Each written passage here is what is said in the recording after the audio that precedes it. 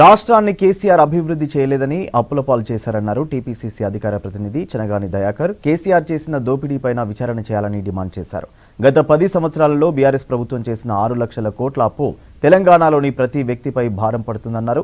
Osmania university arts కళాశాల ముందు ఏర్పాటు చేసిన చర్చా వేదికలో ప్రొఫెసర్లు, విద్యార్థులు పాల్గొన్నారు.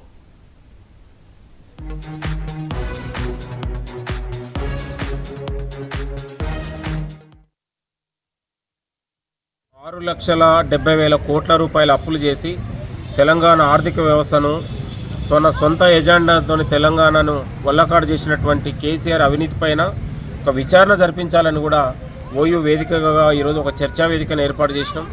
కేసీఆర్ ఆస్తులని కేసీఆర్ సొంత ఎజెండాతోని మొత్తం కూడా కమిషన్ పేరుతోని కక్కుర్తిపడి తెలంగాణ ఆర్థిక వ్యవస్థని దెబ్బతీశాడు. ఎక్కడ కూడా అభివృద్ధి చేయలేదు.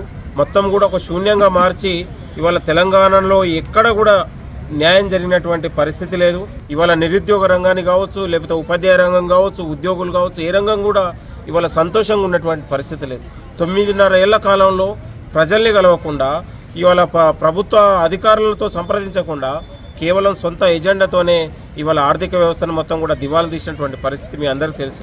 ఇవాళ కాళేశ్వరం ప్రాజెక్టు మొత్తం కూడా కుంగిపోయి నాసిరకం పనులతోని ఇవాళ మేడిగడ్డ ప్రాజెక్టు మొత్తం కూడా దివాలా తీసినటువంటి పరిస్థితి కనుక కేసీఆర్ యొక్క కుట్రదారుడు ఈ తెలంగాణను దోచుకున్నటువంటి ఒక దొంగగా మేము చిత్రీకరిస్తూ ఉన్నాం.